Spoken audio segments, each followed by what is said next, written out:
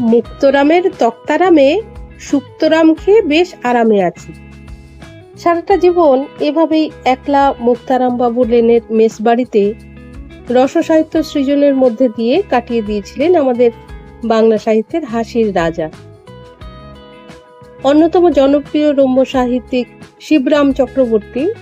তার সহজ সরল ভাষা, তীক্ষ্ণ রসবোধ এবং ব্যতিক্রমী শব্দ খেলার জন্য আজও সমানভাবে সমাদৃত।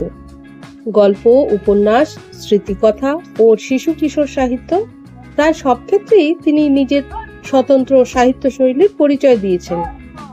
হাস্যরসের আড়ালে সমাজ জীবনের নানা অসঙ্গতি ও মানব চরিত্রের সূক্ষ্ম দিক তিনি অত্যন্ত দক্ষতার সঙ্গে তুলে ধরেছেন। তার রচনায় যেমন নির্মল আনন্দ রয়েছে, তেমনি রয়েছে গভীর জীবনবোধের ইঙ্গিত। আজ আমরা পাঠ করব তার অনবদ্য গল্প পণ্ডিত বিদায়, যেখানে রসিকতার মধ্যে দিয়ে ফুটে উঠেছে মানব স্বভাবের এক চমৎকার ছবি। শুনতে থাকুন আজকের গল্প পণ্ডিত বিদায়। পদ্মলোচন পোস্ট অফিস থেকে ফিরেছে।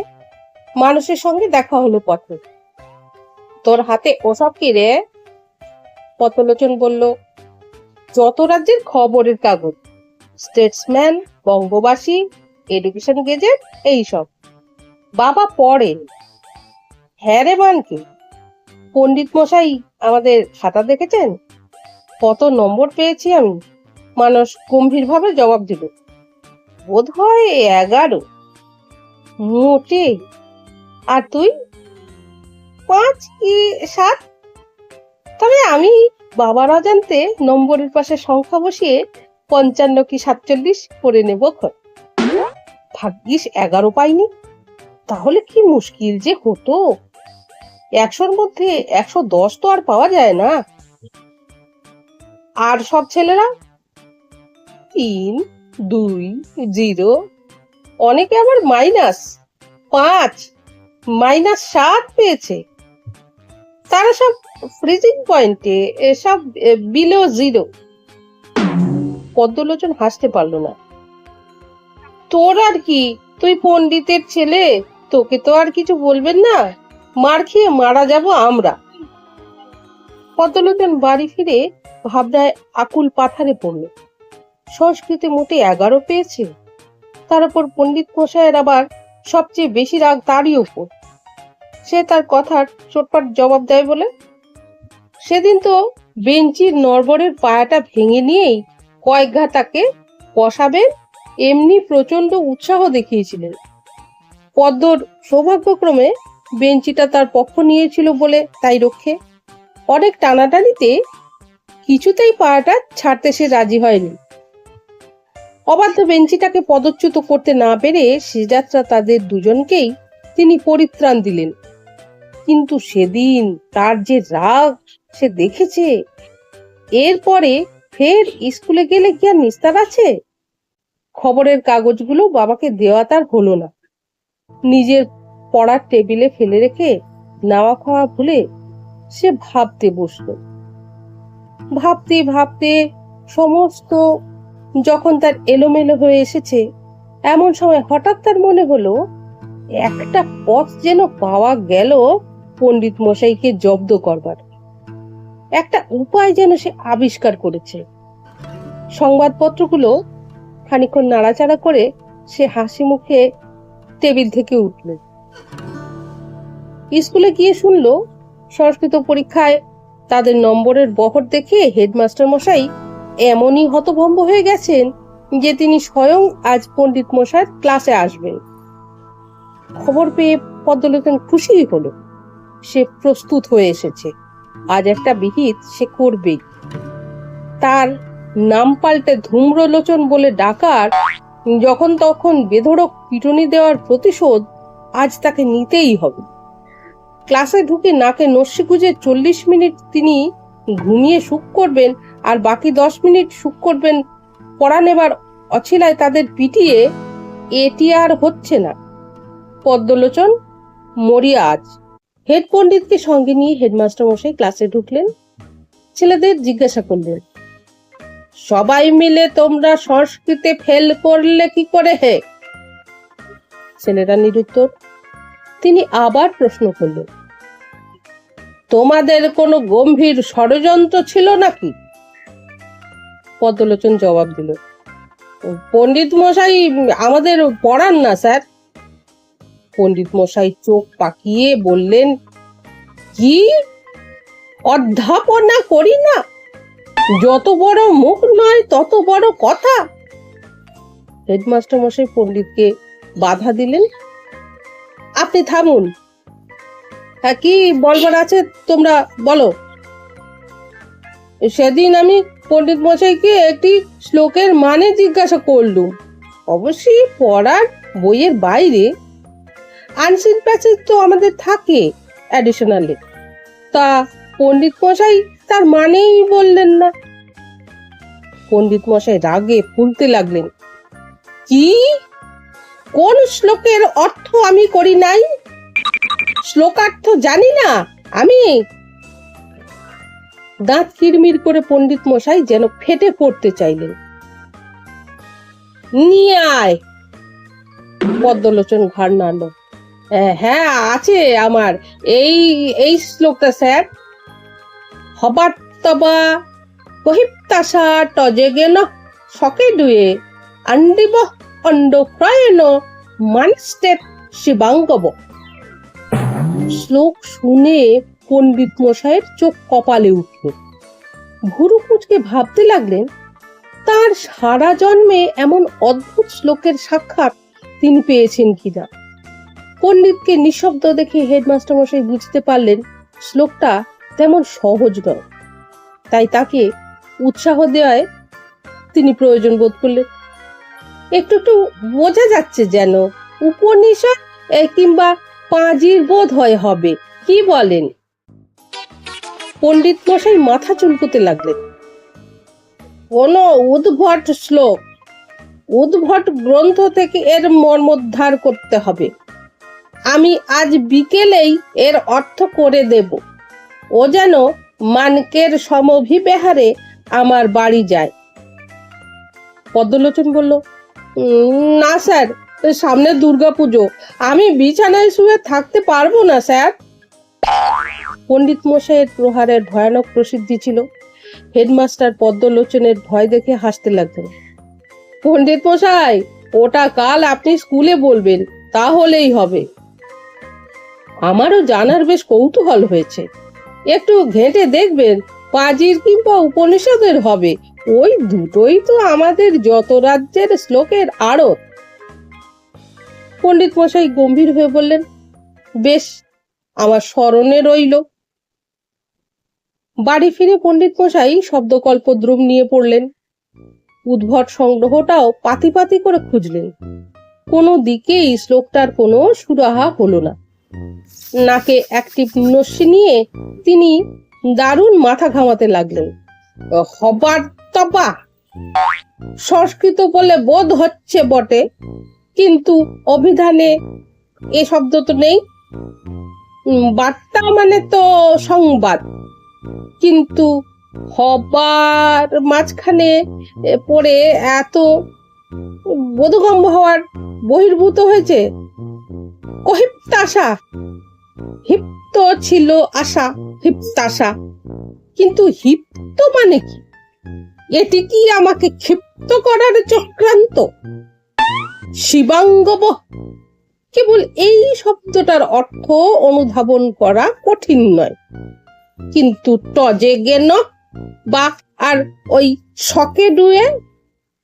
পণ্ডিত মশাই অসুখের অজুহাতে 3 দিন ছুটি নিলেন, কিন্তু 3 দিনের জায়গায় 7 দিন হয়ে গেল, তবু স্কুলে তার পদার্পণ নেই। তখনও তিনি শ্লোকটার কিনারা করে উঠতে পারেননি। সেদিনই সকালে উদ্ভট কল্পতরু নিয়ে পাতা উল্টাচ্ছেন, এমন সময় নেপথ্যে পায়ের আওয়াজ কানে আসতেই হুঙ্কার দিয়ে উঠলেন, কে কে যাচ্ছিস ওখান দিয়ে? টেটো? মানকে নাকি? টেটোকে তামাক দিতে বলতো, কিঞ্চিত ধূমপান আবশ্যক। মানস বলল, টেটো এখন কোথায় টোটো করছে কে জানে।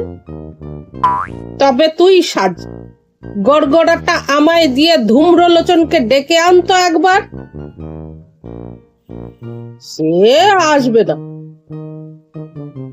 বলিস মা ভই, আমি অভয় দিয়েছি, কোনো ভয় নেই অতঃপর। বুদ্ধির গোড়ায় ধোঁয়া লাগলে কিছু সুবিধা হওয়ার আশা করেছিলেন, কিন্তু ক্রমশই তার কাছে সব আরো ধোঁয়াটে ঠেকতে লাগলো।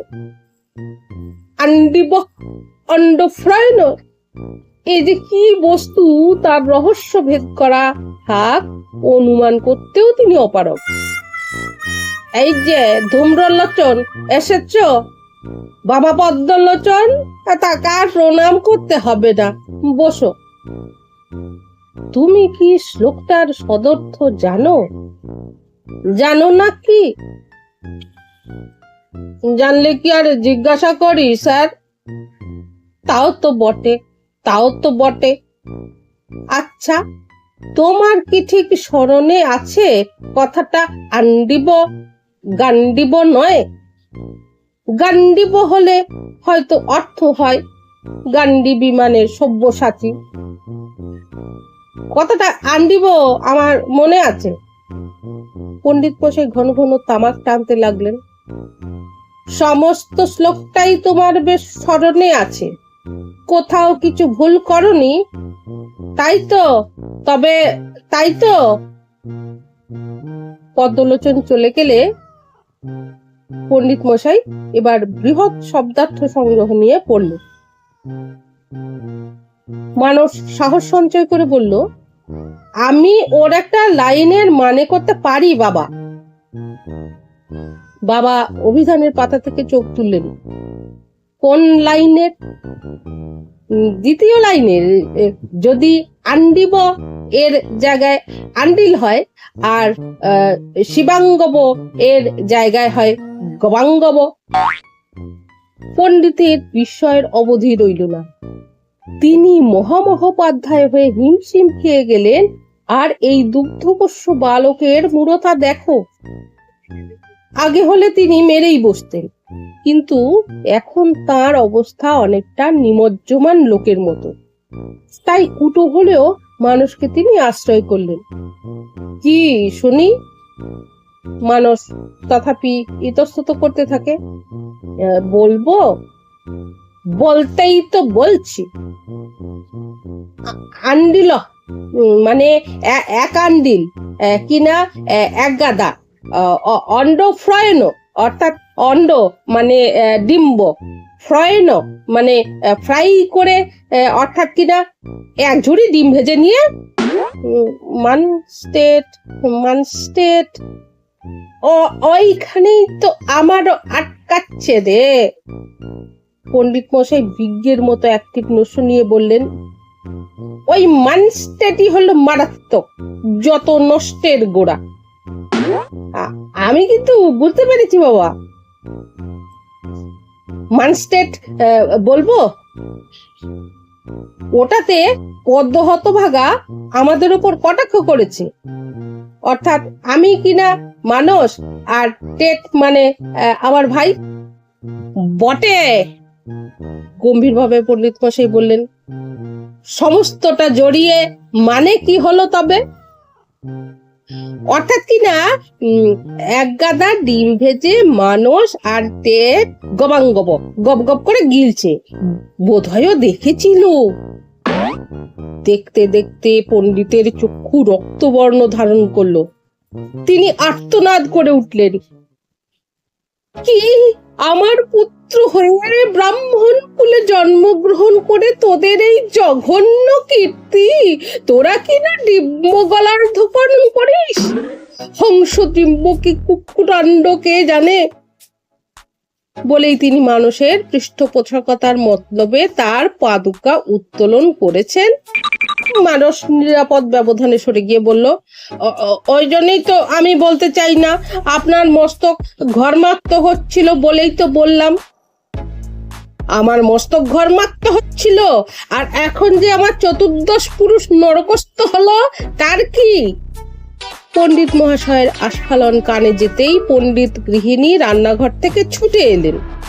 তিনি যেভাবে ও যে ভাষায় মানুষের পক্ষ সমর্থন করলেন তাতে স্পষ্টতই বোঝা গেল যে অন্ডফ্রয়েনের ব্যাপারে তার কেবল সহানুভূতিই নয়, দস্তুর মতো সহযোগিতাও আছে। অগত্যা মানুষকে মার্জনা করে দিয়ে পণ্ডিত মশাই আবার তার শ্লোকে মনোনিবেশ করতে বাধ্য হলেন। স্কুল থেকে হেডমাস্টার মশাই লোক পাঠিয়েছিলেন পণ্ডিত মহাশয়ের খবর নিতে। 8 দিন হয়ে গেল তিনি স্কুলে আসছেন না, তার কি হয়েছে? পণ্ডিত মশাই উত্তর পাঠালেন, সমস্তই হয়েছে, বাকি কেবল শকে ডুয়ে, ওইটা হলেই হয়ে যায়। উত্তর পেয়ে হেডমাস্টার তো হতভম্ব। শ্লোকটার কথা তিনি কবেই ভুলে গেছেন। আর তাছাড়া সংস্কৃত তার আদপেই মনে থাকে না, উপনিষদেরই বা কি আর পাঁজিরই বা কি। তিনি ভাবলেন পণ্ডিতের মাথা খারাপ হয়ে গেল না তো, কাল নিজে গিয়ে দেখতে হবে। পরদিন পণ্ডিতের বাড়ি গিয়ে দেখলেন সদর দরজায় তালা লাগানো, তারই উপর ঝুলছে টু লেট। পণ্ডিতের কোনো পাত্তা পাওয়া গেল না, কোথায় গেছেন কেউ জানে না। বাড়িওয়ালার পাওনা চুকিয়ে প্রতিবেশীদের কিছু না বলে রাতারাতি তিনি নিরুদ্দেশ হয়েছেন। পদ্মলোচন পোস্ট অফিস থেকে ফিরছে, যত রাজ্যের খবরের কাগজ তার হাতে। শরীতের সঙ্গে পথে দেখা হয়ে গেল। শরীত বলল, আচ্ছা শ্লোক ঝেড়েছিলিস ভাই, পণ্ডিত বেচারা পালিয়ে বাঁচলো। পদ্মলোচন শুধু হাসে, দারুণ শ্লোক বাবা, পণ্ডিত মশাই একেবারে টজে গেল, লাভের আশা ত্যাগ করে উধাও হলেন। পদ্মলোচন তবুও হাসে, অবশ্যই মানকি একটা মানে করেছিল বটে, অর্থাৎ তুই নাকি তাকে আর তার ভাইকে লক্ষ্য করে ওটা বেঁধেছিস। পদ্মলোচনের হাসি আর থামেই না। মানকের ছাই মানে, ও তো ডিমের মানে। সমুৎসুক হয়ে শরীর জিজ্ঞাসা করে, তবে আসল মানেটা কি ভাই, বলবি না আমাদের? মানে এই যে আমার হাতেই রয়েছে, ও তো সব খবরের কাগজ। আরে এই নামগুলোই তো ওলট পালট করে দিয়েছি, উল্টো দিক থেকে একটু এদিক ওদিক করে পড়লেই ওর মানে হবে। এডুকেশন গেজেট, সাপ্তাহিক বার্তাবহ, বঙ্গবাসী, স্টেটসম্যান আর ফ্রেন্ড অফ ইন্ডিয়া।